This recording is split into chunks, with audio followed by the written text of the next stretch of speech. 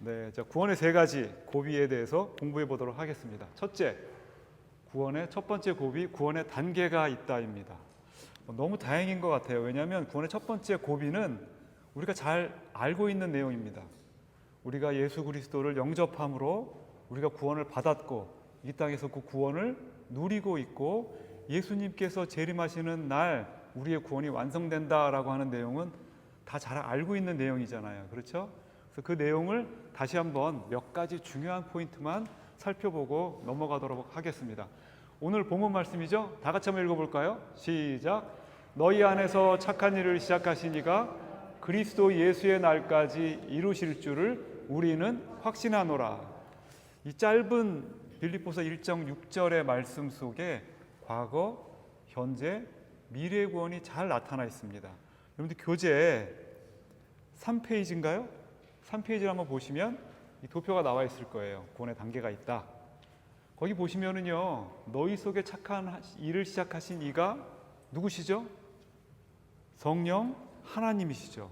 성령 하나님께서 우리에게 믿음을 주시고 예수 그리스도를 구주라 고백하게 하십니다.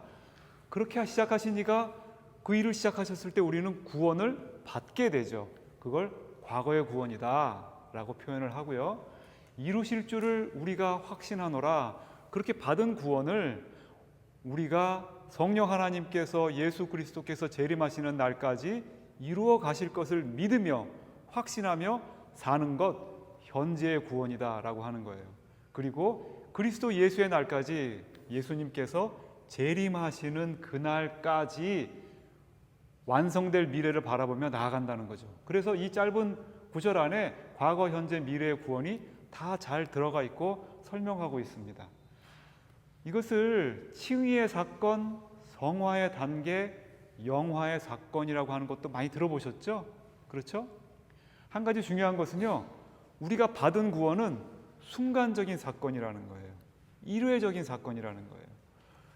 여러분들이 혼동하지 말으셔야 될 게 과거의 구원에서 한 50% 우리가 구원을 받고 현재의 구원의 과정 가운데 나머지를 이렇게 만들어 나가는 게 아니고요. 과거의 구원에 우리가 순간적으로 일회적인 사건으로 구원을 100% 온전하고도 완전한 구원을 받는 겁니다. 아멘? 그렇죠? 구원을 우리가 만들어 나가는 게 아니란 말이에요. 그렇게 받은 구원을 이제 누리며 살아가는 게 성화의 단계, 현재 구원의 단계라고 하는 것이죠. 그리고 예수님께서 오실 때에 그 구원이 온전하게 이제 우리에게 새하늘과 새 땅으로 주어지는 것입니다. 그렇죠? 자, 구원의 단계와 이번에는 죄와의 관계를 한번 살펴볼게요. 과거의 구원에서 우리가 구원을 받았죠? 이때 죄와 우리와의 관계는 어떻게 되나요? 죄의 대가로부터 자유함을 얻게 됩니다. 왜 그렇죠? 예수 그리스도 십자가 보혈의 능력으로 우리의 죄가 속죄되었다고요. 속량되었다고요. 죄값을 치루었다고요. 그래서 우리는 죄의 대가로부터 자유함을 얻게 됩니다. 그리고 나서 이 땅에 살면서는 죄의 권세로부터 자유함을 얻는 거예요.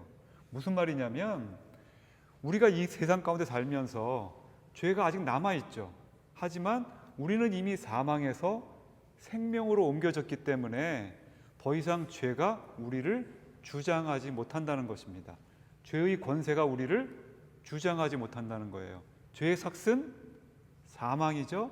사망도 우리를 주장하지 못한다는 것입니다. 이 땅에 살아갈 때 우리는 죄의 권세로부터 자유함을 얻었다라고 하는 것이죠. 미래의 구원과 죄의 관계는 어떻게 될까요? 예수님께서 재림하시는 날 죄의 존재가 사라져버려요. 더 이상 죄가 존재하지 않게 되는 것입니다. 이렇게 죄와 구원의 단계와의 관계를 우리가 볼 수 있죠. 여기까지는 여러분들이 대부분 그래도 잘 아시는 내용들이니까 한번 짚고 넘어가는 것입니다. 자, 그러면 구원이란 무엇인가? 한번 성경은 구원을 무엇인가라고 설명하고 있는지 한번 살펴보도록 하겠습니다. 우리가요 구원이란 무엇인가라는 질문을 받으면 갑자기 말문이 막히게 돼요. 그렇죠? 구원이란 예수 믿고 구원받는 겁니다.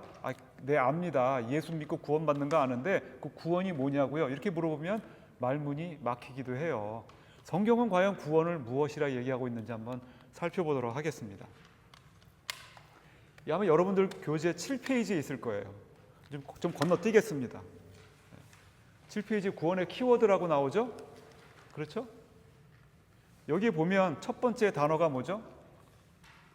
죄가 나옵니다. 죄가. 왜 죄가 나올까요? 만약 우리가 죄인이 아니라면 우리에게 구원이 필요할까요?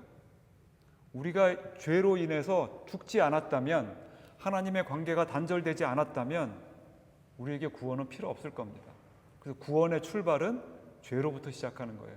우리가 죄인이라는 것을 깨닫는 것으로부터 구원은 시작되죠. 그리고는 하나님이 우리를 선택하십니다.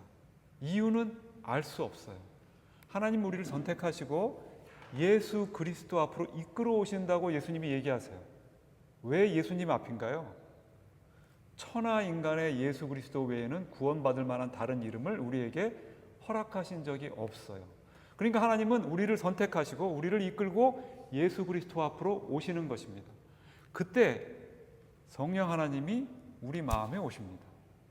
성령 하나님이 우리 안에 내주하셔서 우리로 하여금 예수 그리스도가 나의 주님입니다 고백하게 하세요. 그리고 예수 그리스도 십자가 보혈로 내가 죄사함 받았다고 하는 것을 믿게 하십니다. 누가요? 성령 하나님이요. 그렇게 받은 구원을 가지고 우리는 예수 그리스도를 바라보며 예수 그리스도의 보혈로 깨끗함 받아서 죄사함 받고 구원을 받고 살아나가게 되는 것이죠. 이렇게 받은 구원은 은혜로 값없이 받은 하나님의 선물이라는 거예요. 행위에서 난 것이 아니니 누구든지 이를 자랑할 수 없다라고 얘기하고 있습니다. 그렇게 받은 구원을 가지고 우리는 하나님의 자녀로서 이 땅에서 하나님의 나라를 살고 있는 것이죠. 영생의 시작은 우리가 죽은 이후도 아니고 예수 그리스도께서 재림한 이후도 아니고 우리가 구원을 받은 이후로부터 우리는 영생의 삶을 살고 있는 것입니다. 그렇죠? 그래서 우리가 새 생명 받았다고 하는 거예요. 그렇게 살아나갈 때 성령 하나님은 우리의 구원을 예수 그리스도의 날까지 우리 안에서 인치시고 보증하십니다. 언제까지요? 영원히 우리를 떠나지 아니하시고 우리 안에 내주하시며 우리의 구원을 이루신다는 것이죠. 이게 성경이 얘기하고 있는 구원입니다. 이러한 구원을 잘 예표하는 교회 예식이 있어요. 뭘까요? 네, 세례식, 침례식이죠. 세례식, 침례식은요 이런 의미가 있어요. 물속에 들어감으로 예수님과 함께 죽고 물속에 나옴으로 정결케 되어 하나님에 대하여 예수님과 함께 영원히 살게 되는 것이라는 의미를 갖고 있어요. 이 세례는 우리가 왜 받아야 하죠? 예수님이 본을 보이셨어요. 그렇죠? 그리고 예수님이 세례를 받으라고 명령하셨어요. 보라, 하늘과 땅의 모든 권세를 내게 주었으니 너희는 가서 모든 족속으로 제자를 삼아 아버지와 아들과 성령의 이름으로 세례를 주고 내가 너희에게 가르쳐 분부한 모든 것을 가르쳐 지키게 하라. 내가 세상 끝날까지 너희와 함께 있으리라. 너무나도 유명한 말씀이라 우리 성경 공부하거나 큐티 할 때 많이 외웠던 말씀이잖아요. 그렇죠? 이런 세례식을 우리가 하면서 교회 공동체에 나는 크리스찬이 되었습니다. 그리스도인이 되었습니다라고 공표하고 알리는 것이죠. 중요하죠. 그렇죠? 자, 그 다음은 우리가 구원과 성령님과의 관계를 한번 살펴보겠습니다. 여러분들 페이지 13페이지로 가시면 됩니다.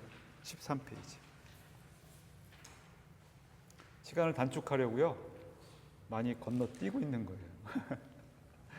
구원과 성령님과의 관계. 자, 아까 우리가 구원이란 무엇인가에 대해서 설명드리면서 여러분들 마음속으로 느끼신 게 하나 있을 거예요. 그게 뭐냐면 성령 하나님 없이는 우리가 구원을 받기도 그리고 구원의 삶을 누리기도 힘든 거구나 하는 걸 느끼셨을 거예요. 구체적으로 다시 한번 살펴보겠습니다. 성령 하나님께서 우리에게 믿음을 주십니다. 성령이 아니고서는 예수 그리스도를 주라 시인할 자가 없다라고 하셨거든요. 우리가 예수님을 나의 주님입니다라고 고백하는 것은 성령님이 이미 내 안에 오셨다는 것이죠. 성령님이 그렇게 믿음을 주십니다. 그리고는 우리 속사람을 강건하게 하세요. 왜 우리 속사람을 강건하게 하시냐면 우리 안에 하나님께서 하나님이 기뻐하시는 소원을 두고 행하시겠다고 하셨거든요. 그 소원을 이루기 위해서 성령 하나님께서 우리 속사람을 강건하게 하십니다. 그렇게 함으로 육체의 소욕을 따르지 아니하고 성령님의 음성에 순종하도록 우리를 이끄세요. 우리를 인도하세요. 그런데 현재 우리의 삶은 어떤가요? 그렇게 100% 성령 하나님의 말씀에 순종하며 살고 있지는 못하잖아요. 그렇죠? 좌절하고 깨어지고 넘어지고 여러 가지 어려운 일들로 우리가 눈물 흘리고 그리고 힘들어할 때 성령 하나님께서는 우리를 도우신다고요. 우리가 연약할 때 말할 수 없는 탄식으로 우리를 위해서 친히 간구하시죠. 그렇게 우리의 현재 구원의 삶을 붙들고 가시면서 우리 안에 영원히 내주하시고 우리 구원을 위해서 인치시고 보증하시는 분이 성령 하나님이다 하는 것입니다.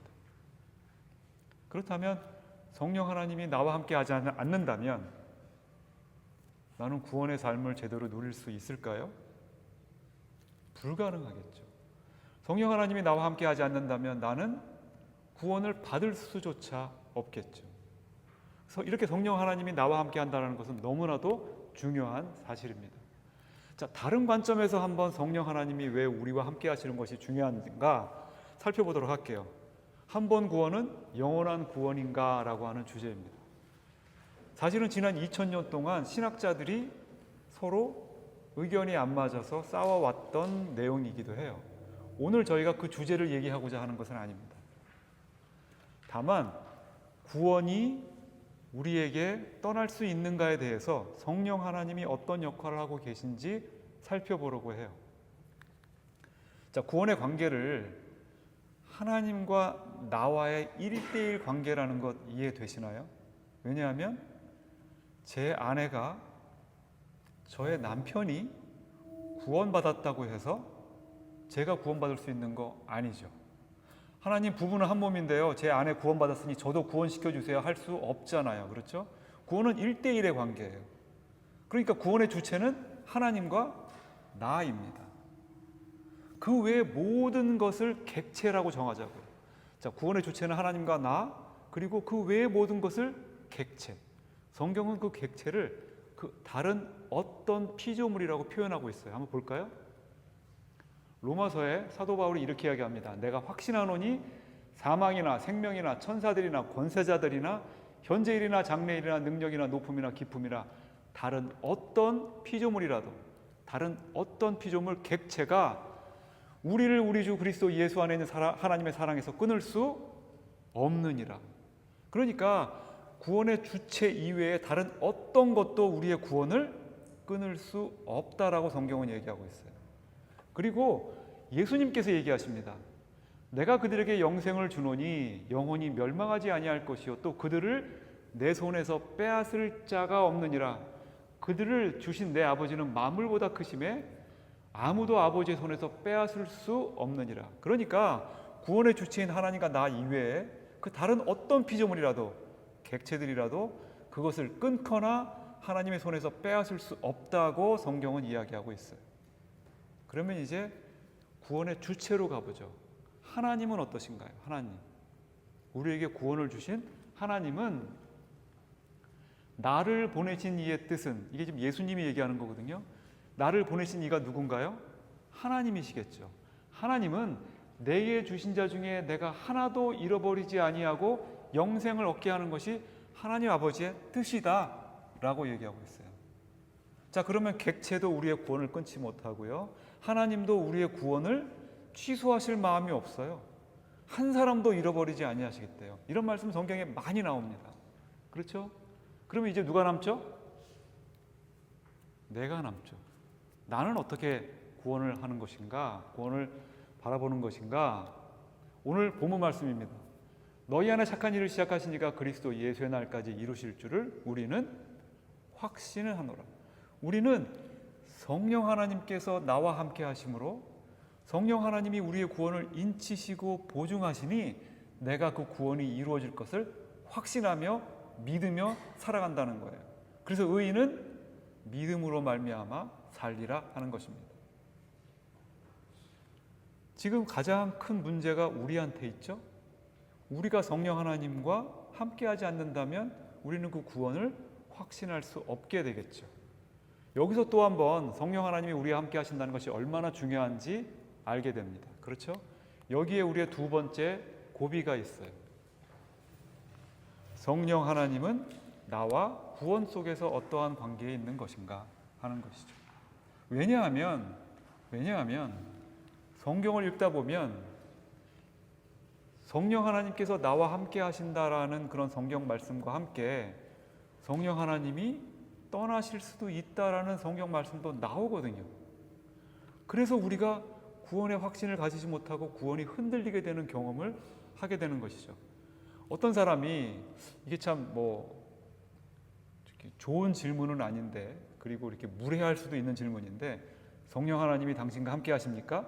이렇게 물어보면 언뜻 아멘, 성령 하나님은 나와 함께 하십니다라고 대답하기가 좀 주저되는 것은 두 가지 이유입니다. 왜냐하면 성경에 성령 하나님이 떠난다는 말씀도 있고, 현재 나의 삶을 보니 아이고 이거 막 성령 하나님이 계시다고 얘기하기가 참 부끄러운 거죠. 그런 것들이 있거든요. 자, 성경 속에 그래서 성령 하나님이 나와 함께 하신다는 사실과 성령님이 떠나실 수도 있다라고 하는 성경 말씀을 같이 한번 보도록 하겠습니다. 고린도후서에 그가 또한 우리에게 인치시고 보증으로 우리 마음에 성령을 주셨느니라라고 이야기하고 있어요. 너희가 하나님의 성전인 것과 하나님의 성령이 너희 안에 계시는 것을 알지 못하느냐. 사도 바울이 지금 뭐라 얘기하고 있냐면, 성령 하나님이 너희 안에 거하는 것 너희들 알지 못하니? 너희가 바로 성령이야, 성전이야, 너희가 바로 교회야 라고 얘기하고 있는 것이죠. 지금 성령 하나님께서 우리 안에 계신다라고 이야기하고 있습니다. 예수님도 이렇게 얘기하십니다. 내가 아버지께 구하겠으니 그가 또 다른 보혜사를 너희에게 주사 영원토록 너희와 함께 있게 하리니 그는 진리의 영이라 세상은 능히 그를 받지 못하나니 이는 그를 보지도 못하고 알지도 못함이라. 그러나 너희는 그를 아나니 그는 너희와 함께 거하시며 또 너희 속에 계시겠음이라. 예수님이 얘기하고 있죠. 그리고는 예수님께서 이렇게 얘기하시는 것을 모든 사도들, 사도 바울, 베드로, 요한 사도 다 뭐라고 얘기하냐면, 그 안에서 우리가 구원의 날까지 성령님의 인치심을 받았다라고 모두가 얘기하고 있습니다. 그렇다면 성령 하나님이 우리와 함께 하신다는 것은 확실한 사실이겠죠. 자, 그런데 다음 말씀은 그러면 어떻게 이해해야 하느냐는 거예요. 다음 말씀은 데살로니가전서 5장 말씀이죠. 16절로부터 22절 말씀은 한 문장 명령형으로 유명한 말씀입니다. 항상 기도하라, 쉬지 말고 기도하라. 항상 기뻐하라, 쉬지 말고 기도하라. 범사에 감사하라. 그리고는 성령을 소멸하지 말며, 이런 말이 나와요. 성령 하나님께서 우리 안에 오시고 성령 하나님께서 우리의 구원을 인치시고 보증하시면서 영원히 우리와 함께 하신다고 했는데, 성령 하나님이 소멸되신다고 우리의 구원이, 우리의 확신이 흔들립니다. 이런 말 때문에. 또 이런 말이 있어요. 한번 빛을 받고 하늘의 은사를 맛보고 성령에 참여한 바 되고 하나님의 선한 말씀과 내세의 능력을 맛본 자들이 만일 타락하면 다시 새롭게 하여 회개할 수가 없나니 이는 그들이 하나님의 아들을 다시 십자가에 못 박아 드러내놓고 욕되게 함이라. 마치 우리가 믿고 난 다음에 성령 하나님의 음성에 귀 기울이지 아니하고 순종하지 아니하면 새롭게 하여 회개할 수 없다라고 들리는 것 같아요. 그렇죠? 이런 말을 들으면 또 우리 구원이 어려워져요. 자, 다음 말씀은요. 빨간색 읽겠습니다. 성령을 모독하는 것은 사하심을 얻지 못하겠대요. 누구든지 말로 성령을 거역하면 이 세상과 오는 세상에도 사하심을 얻지 못한대요. 큰일 났습니다. 왜냐하면 성령의 음성에 순종하지 못한 적 저는 많았거든요. 그러면 그때 우리는 구원을 잃어버리게 되는 것인가요? 이 문제를 어떻게 해결해야 되나요? 더 중요한 문제가 남아 있습니다. 우리가 계속 얘기한 게 뭐예요? 성령이 아니고서는 예수 그리스도를 주라 시인할 수 없다. 우리가 예수 그리스도를 주로 시인하는 순간 성령 하나님께서는 나와 함께 하시는 것이다 라고 우리가 성경 말씀을 통해서 배우고 알고 있는데, 이 말씀을 한번 볼게요. 예루살렘에 있는 사도들이 사마리아도 하나님의 말씀을 받았다함을 듣고 베드로와 요한을 보내매, 이게 무슨 말이냐면 빌립 집사가 예루살렘을 떠나 사마리아로 갔습니다. 그리고는 예수 그리스도의 복음을 전해요. 사마리아에 있는 사람들이 예수 그리스도의 복음을 받고 다 크리스찬이 됐습니다. 그 소식을 예루살렘에서 들은 거예요. 그리고는 베드로와 요한을 사마리아로 보냈습니다. 그리고는 성경이 이렇게 얘기합니다. 그들이 내려가서 그들을 위하여 성령 받기를 기도하니 이는 아직 한 사람에게도 성령이 내리신 일이 없고 다만 주 예수의 이름으로 세례만 받을 뿐이더라. 우리는 분명히 예수 그리스도를 구주로 영접했을 때 성령 하나님이 우리에게 오신다라고, 우리와 함께 하신다고 배웠는데, 예수의 이름으로 세례를 받았는데 성령이 내리신 일이 없다라고 성경이 얘기하고 있으니 우리의 믿음이 흔들리기 시작한단 말이에요. 성령 하나님이 과연 그럼 나랑 함께 하시는 건가 아닌가 하는 것이죠. 여기에 성경이 쐐기를 박습니다. 사도 바울이 이런 얘기를 해요.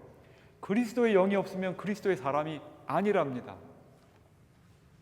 그러면 지금 성령 하나님이 나와 함께 하시는지 아닌지 성경 말씀을 통해 지금 흔들리고 있는 나에게 그리스도의 영이 없으면, 성령님이 없으면 그리스도의 사람, 크리스찬이 아니라고 나의 믿음은 어떻게 된 거지? 하게 되는 것이죠. 자, 그렇다면 이제는 우리가 성령 하나님이 어떤 분이신지 알아야겠다라고 하는 것이죠. 성령 하나님이 어떤 분이신지. 성경을 통해서 우리가 성령 하나님이 어떤 분이신지를 깨닫고 이렇게 두 가지 상충하는 성경 말씀들을 해결해야 되겠다. 그래야 우리가 구원의 확신을 가지고 이 땅에서 살 수 있는 거잖아요. 그렇죠? 이게 누구죠? 신데렐라. 어떤 신학자가 성령 하나님을 이 시대의 신데렐라 같다라고 표현했더라고요. 왜 그럴까요? 열심히 일만 하시고 설거지하고 빨래하고 그냥 집안 청소 다 하고 음식 다 준비하고 다 먹을 거 준비해 놓고 본인은 잘 드러내놓지 않는 그런 신데렐라와 같다. 이제는 우리가 성령님을 좀 알아들여야 되지 않느냐 이렇게 얘기하더라고요. 네. 자, 성령님은 헬라어로 푸네우마라고 얘기합니다. 푸뉴마라기도 하고 푸네우마라기도 발음하기도 하죠. 영, 바람, 하나님의 숨이라고 번역될 수 있어요. 우리 성경에. 그래서 여러분 성경을 읽으시면서 영, 바람, 숨 이렇게 나오면 혹시 성령님이 아니신가 하면서 앞뒤를 읽어보면 알 수 있어요. 이게 성령님의 역사하심이 있는 것인지 아닌지. 자, 이 정도로 넘어가고요. 자, 성령 하나님은 첫째 믿음의 대상이라고 하는 것입니다. 이제 성령 하나님이 어떤 분인지 우리가 들어가는 거예요. 성령 하나님은 믿음의 대상이라는 거예요. 사도신조에 이렇게 나오죠. 전능하사 천지를 만드신 하나님 아버지를 내가 믿사오며, 하나님 아버지, 우리 하나님은 우리의 믿음의 대상이시죠. 그의 외아들 우리 주 예수 그리스도를 믿사오니 예수님 우리의 믿음의 대상이시죠. 삼위일체 하나님이신 성령 하나님도 성령을 믿사오며 우리의 믿음의 대상이라는 거예요. 그런데 우리는 어쩌면 하나님, 예수님은 믿음의 대상이라고 우리가 잘 알고 잘 실천하고 기도하며 살았지만 성령님이 우리의 믿음의 대상이라는 것을 잠시 잊고 살았던 것이 아닌가 생각되기도 한단 말이에요. 과연 우리가 성령 하나님을 위해서 성령 하나님께 기도를 얼마나 드렸나 생각하게 되는 그런 말씀이죠. 그렇죠? 두 번째는 성령 하나님은 진리의 영이다라고 하는 거예요. 요한복음 16장 13절에 이렇게 얘기하고 있습니다. 그러나 진리의 성령이 오시면 그가 우리를 모든 진리 가운데로 인도하신대요. 성령 하나님이 어떤 분이신지를 알려면요, 요한복음을 읽어야 됩니다. 성령 하나님이 하시는 일을 보려고 그러면 사도행전을 보는 거고요. 그런데 우리는 사도행전을 통해서만 성령님을 알았던 건 아닌지 한번 되돌아보게 되는 거죠. 예수님께서 요한복음에 성령 하나님은 진리의 영이고 그 진리의 성령이 너희를 진리 가운데로 인도한다고 합니다. 진리, 예수 그리스도, 그리고 성경으로 인도한다는 거예요. 그래서 성령 하나님이 오시면 예수가 우리의 구주 되심을 우리가 깨달아 알 수 있는 것이고, 예수 그리스도 십자가 보혈이 우리의 죄 사함을 해주셔서 우리가 속량받았다고 하는 것을 믿을 수 있게 되는 것이죠. 진리의 영이 예수님께로 인도하는 걸 한번 볼까요? 요한복음 15장 26절 말씀입니다. 내가 아버지께로부터 너희에게 보낼 보혜사 곧 아버지께로부터 나오시는 진리의 성령이 오실 때 그가 나를 증언하실 것이요. 자, 여러분들 교재에 이 말씀 앞에 큰 별표를 하나 해놓으세요. 왜냐하면 성령님이 이 땅에 오신 이유, 가장 성령님의 큰 사역은 예수 그리스도를 우리에게 증언하시는 일입니다. 이것 때문에 오셨어요. 이것 때문에. 성령 하나님께서 우리에게 은사를 주셔서 우리에게 방언하게 하시고 기도하게 하시고, 기도하면 병이 쫓겨나가고 귀신이 쫓겨나가고 하는 그런 능력을 주시는 것은 예수 그리스도를 증거하고 증언하시기 위한 수단으로 쓰시는 것이고요. 그게 목적이 아니시라는 거죠. 예수님께서 우리의 예수님 되심을 알게 하는 건 성령 하나님 때문이다 하는 것이죠. 또 예수님이 요한 사도가 이야기합니다. 이는 물과 피로 임하신 이시니 곧 예수 그리스도시라. 물로만이 아니요 물과 피로 임하셨고 증언하시는 이는 누구시라고요? 성령이시니 성령은 진리이시라. 역시 성령 하나님이 예수를 증거한다고 이야기하고 있습니다. 그게 예수님의 성령 하나님의 가장 큰 사역이에요. 예수님을 증거하는 일, 증언하는 일. 그 다음은 성경입니다. 성경. 모든 성경은 하나님의 감동으로 쓰여진 것이죠. 그렇죠? 모든 성경은 성경의 감동하심을 받은 사람들이 하나님께 받아 말한 것이죠. 그러니 성령님의 감동으로 쓰여진 성경을 성령님의 조명 없이 이것이 하나님의 말씀이라고 깨달을 수 없다라는 것입니다. 믿음은 들음에서 나고 들음은 하나님의 말씀이죠. 우리에게 믿음을 주신다고 하는 것은 성경이 하나님의 말씀이고 그 하나님의 말씀이 우리에게 믿어질 때, 깨달아질 때 우리는 믿게 되는 것이거든요.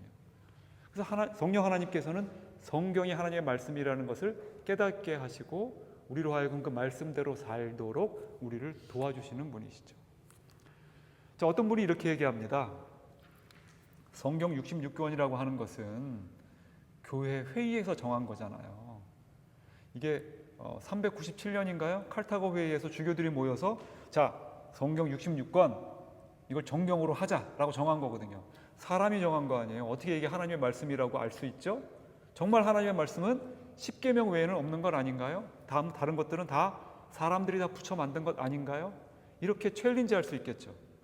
거기에 칼빈이 이런 말을 합니다. 성경이 하나님의 말씀이라는 확신은 그러한 교회의 권위에서 나오는 것이 아닙니다. 성경이 하나님의 말씀이라고 하는 것은 성경의 내적 조명으로부터 나온다고 하는 거예요.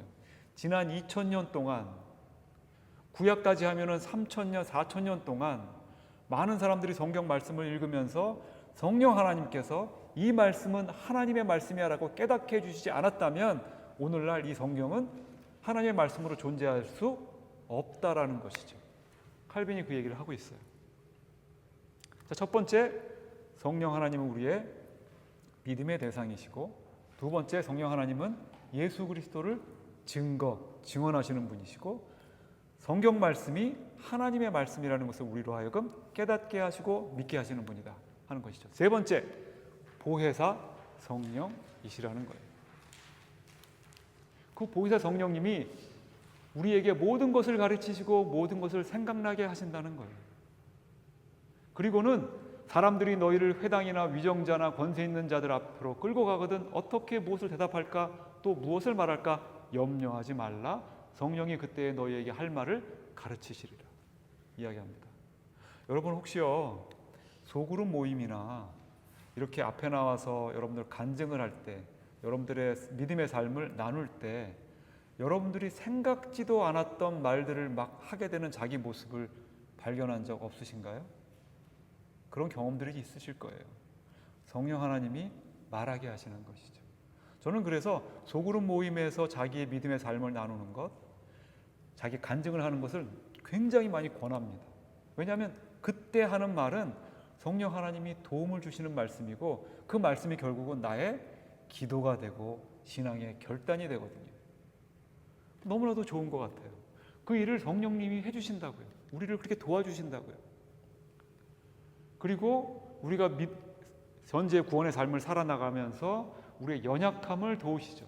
우리가 마땅히 빌 바를 알지 못하나 오직 성령이 말할 수 없는 탄식으로 우리를 위하여 친히 간구하시죠. 우리를 도우시고 우리의 구원을 인치시고 보증하시는 분이 성령 하나님이시죠. 이렇게 성령님은 우리의 믿음의 대상이시고 예수님과 성경의 진리를 깨닫게 해주시는 진리의 영이시고 우리 안에 내주하시며 우리의 구원을 인치시고 보증하시는데 언제까지요? 예수 그리스도의 날까지, 그 이후에 영원히 우리와 함께 하시면서 이런 일들을 하신다라는 거예요.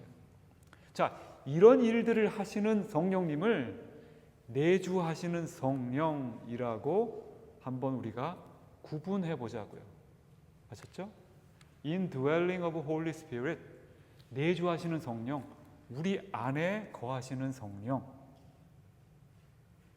이런 우리 안에 거하시는 성령이 우리의 삶 가운데 갈라디아서 5장 22절의 말씀이죠. 오직 성령의 열매는 하면서 나오는 9가지 성령의 열매들 있죠. 이런 열매들을 우리 삶 가운데 맺게 해주신다라고 하는 거예요.